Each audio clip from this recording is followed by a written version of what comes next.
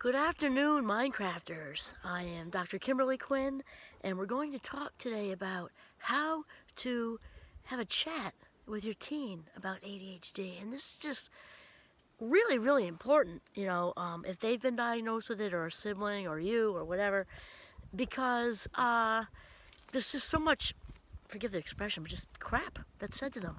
And it's good to straighten out crap with a teenager. And teenagers are also, they very much appreciate, they're trying to be adults, right? So they very much, black flies everywhere, very much appreciate being spoken to like adults, even though they're not. They're half-baked bread, right? They have one foot in childhood and one foot in adulthood. They're trying to figure everything out. I think a lot of us are still trying to figure things out, but teenagerhood is, they're kind of getting started with that. And also, neurologically speaking, it's important to realize that they really are half-baked bread, because the prefrontal cortex in both genetic males and genetic females is not fully developed until the age of 25. And we're going to get into that a little more, because that is like the area right behind the forehead, and that's our higher reasoning, our planning and judgment and reasoning and impulse control and all that good stuff. So we'll get into that in a little bit. And so it's important just to start out to, oh, there's Giovanni in the background. These flies could drive me crazy. I might need to walk around a little bit. Plus sitting is way overrated. So you want to find a good spot, preferably let them choose. So you want a place that's positive, comfortable, familiar, emotionally safe, that sort of thing. And you want to make sure that you don't have a screen on. We gotta model this for our teenagers. They should not have a screen on. It shouldn't even be on your body, not to mention the radiation that the phone's putting into you. That's way bad. But it's important to leave it home. Leave it in a drawer somewhere, because the messages we often send to our kids in general is not good with the phones. Turning it upside down on a table. That's like I'm on standby for somebody who might be more important than you are. That's what the message says. Or we have it in our back pocket, again, radiation bad, and it's not off, so it beeps, and we check it, and then put it back. Okay, I guess they weren't more important than you, so I'll put it back for now. And it's kind of like call rude back in the day, meaning call waiting. Can you just hold, so I'm going to check and see if this person's more important than you, and then maybe we can continue our conversation. And I also love when people check and they say, oh, I'm not going to answer that, or I'm not going to respond. And I'm supposed to say, thanks for the favor, you did me a solid. I don't know. It's all just obnoxious. So we're sending these signals, not meaning to, but we do, because it becomes a habit, right? So the best thing to do if you want a great outcome, to have this talk with your kid, is to prioritize them, make them first, really listen, because I don't know if there's much of a better feeling in the whole world than being actively listened to. Like somebody gets right in your rib cage and actually hears you. That's really what we all want. We all want to be heard and seen, regardless of our age or how much money we make, or what kind of family we're from, or whether we're urban or rural, blah blah blah. We all want to be heard and seen and validated, and that's what they're looking for. So find a good spot. And then, the role modeling thing, it's also very Bandura. If you know about Albert Bandura, was well known for his social learning theory, back in the day.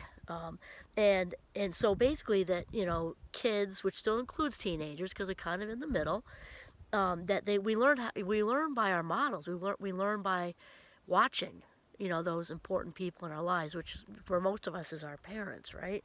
If you're raised by granny, or that's her, or dad and dad, or whomever. And then also, it makes, teenagers can smell hypocrisy, kind of like miles away, kind of like little great white sharks smelling blood from miles away. So they can the do as I say, not as I do thing. Don't be on your phone, but like the parents on their phone, or don't smoke, and the parent smokes. I'm not judging smokers, because smokers smoke for a reason, just like we all do whatever soothes us for a reason. And so I don't mean that. But in the teenager, behind the garage, is doing this, dance with the middle finger up. Like, really? So that's important to really role model that. And then I would say to jump right in with the labeling, like the ADHD. We went over that last time, that the letters are really inaccurate. But I would first just explain them, and then whoever came up with them didn't have it, or know anyone who had it, because if they did, they wouldn't have written it up like that. So we could explain about the attention thing, and that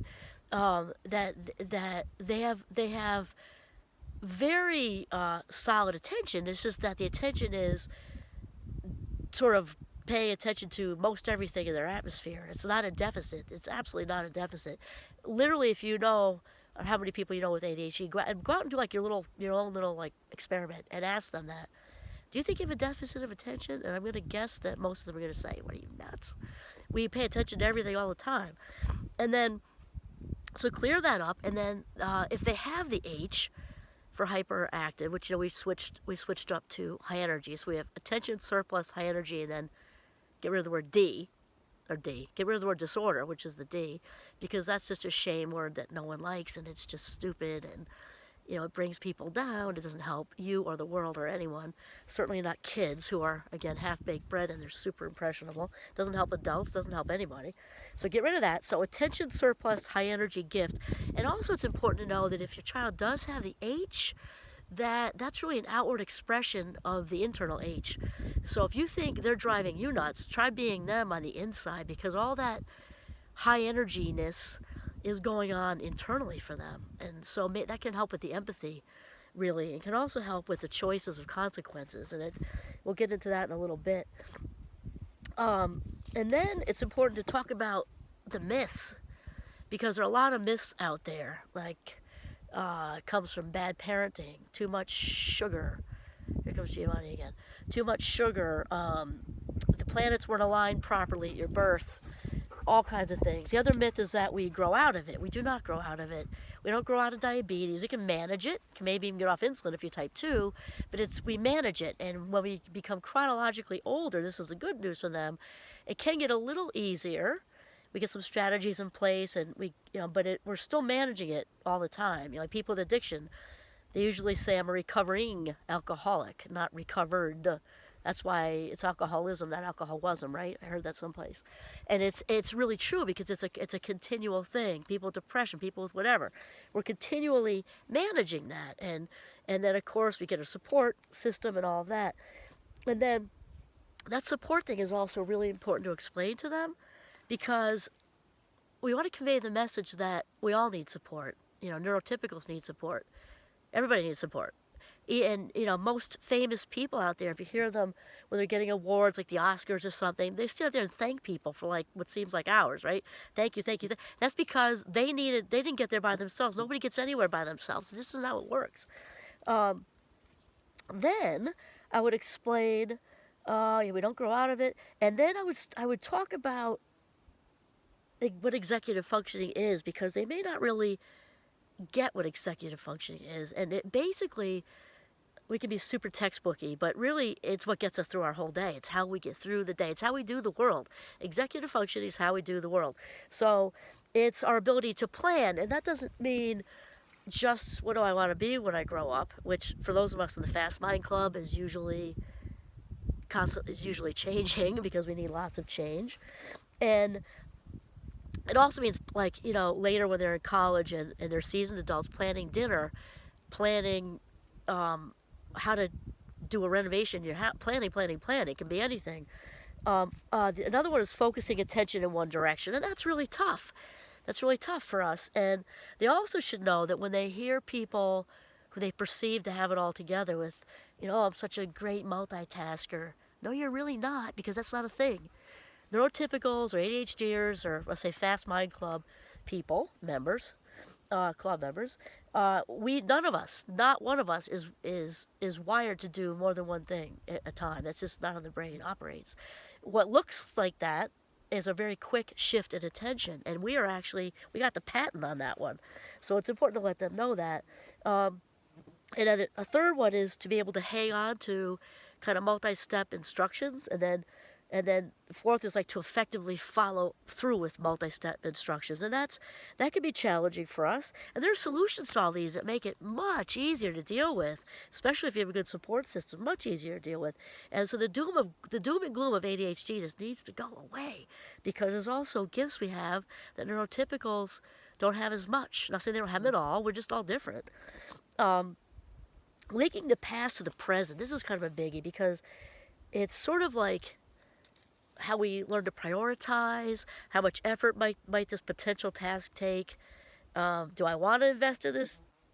task, you know, the cost-benefit ratio thing, and the impulse control thing. The impulse control is about self-control. Sometimes it's emotional regulation. There's a huge emotional component to ADHD that it really hasn't been brought, you know, central or out in the light, or however we say, till relatively recently. Thomas Brown actually has done a lot with that. And this is a great time to talk about, you know, because the impulse control, self-control thing is obviously about delaying gratification. It's also about self-inhibition. So it's delaying gratification. It's also about stopping ourselves when, like, hitting the pause button. And hitting the pause button is hard for us. And we can learn it, though. That's the good news. And so years ago, Walter Mischel did this, you know, the famous experiment with the marshmallows. I think he also did it with Oreos. Either way, so he set these, you know, adorable 4-year-olds and 5-year-olds in a room. You could Google this. It's like a 3-minute video. It's adorable and hysterical. So the kids were given one marshmallow, and they put it on a plate. And then the instructor comes in with her very calm voice and says, you know, in 15 minutes, if you haven't eaten this marshmallow, you're going to get a second one. And so the video goes back and forth to all these, not toddlers, but kindergarten or a little bit pre-kindergarten kids, and they're a riot. They're like trying to lick it and touch it, and some of them take a little nibble. Some of them try to distract by looking around. So long story short, some of them don't touch it, and they get their second one, and the other ones are allowed to finish their first one if they didn't already. So statistics show that those who were unable to stave off the temptation to eat the second marshmallow had much higher rates of just all the bad stuff, you know, dropping out of high school, not making it to college. If they did make it to college, dropping out of there, issues with employment, issues with substance use, issues with getting in trouble with the law, blah, blah, blah, blah, blah. And so that's all true because Walter Mischel found this information. Now we know, though, that this can really be turned around because, lo and behold, just like we're finding with a lot of things like empathy and resilience, you know, before it was thought that, you know, it's a school of hard knocks, it's the only way you can learn resilience. We know we can learn resilience skills. We know that children can be taught empathy. And so, lo and behold, children can be taught to delay gratification and gently and gradually. And children are like sponges, as we all know. They will learn it if we as adults invest in them and model this for them. They can definitely do it. And it's important for them to know. And then, just like last time, we discussed the interest-based nervous system idea. I just gotta walk away from these flies, they're making me crazy. It's good to explain these to your kids. So depending on, that's a wide range, whether they're preteens, and this talk would work even for an 8-year-old. Just might have to change some of your words. I have an itchy nose, I'm sorry. The interest-based nervous system, because this is probably the main reason we are different from neurotypicals, or they're different from us, or we're all different, or whatever, because we are all snowflakes. And we are driven by what interests us. And it's very important to when you explain this to them, to explain that it doesn't defer accountability in whatever ways you think your child will understand that, because it would be easy for this to be interpreted as like a pass. Well, I was bored, so I didn't have to do it. No, because we know as adults, we still have to do some things that we don't want to do. And that's part of, you know, and we're trying to, you know, get them ready eventually to be happy, well-adjusted, successful, other-oriented, respectful adults. And so it's important to explain it doesn't, you know, dismiss that. At the same time, it's good to really sort of educate them on how they're different and unique. How they're different and unique, because when we embrace the ways that they're different and unique, they are far more apt to be happy, well-adjusted, respectful, other-oriented, and incredibly creative and innovative. And so to provide any kind of opportunities for them as teenagers where they can be self-express, and any teenager wants to self-express. That's huge on their list of things to do. Hence the purple hair, tattoos, nose rings, blah, blah, blah, blah, blah. But they can self-express in so many different ways. And let them, give them a few statistics. Like if they're in like the 15, 16-year-old range, I think I was referencing William Dodson last time. You know, we know this was him in his ADD-itude article, The Secrets of ADHD, I think it is. As you can see, I'm outside, so This gorgeous, gorgeous area here, apple orchard. It's still another cold day, though, I'll tell you that. To talk about how high school students, research-based stuff, okay, that kids in the Fast Mind Club, typically by the end of high school, are like they're like super duper problem solvers and sort of find the solutions to riddles and problems that stumped everybody else.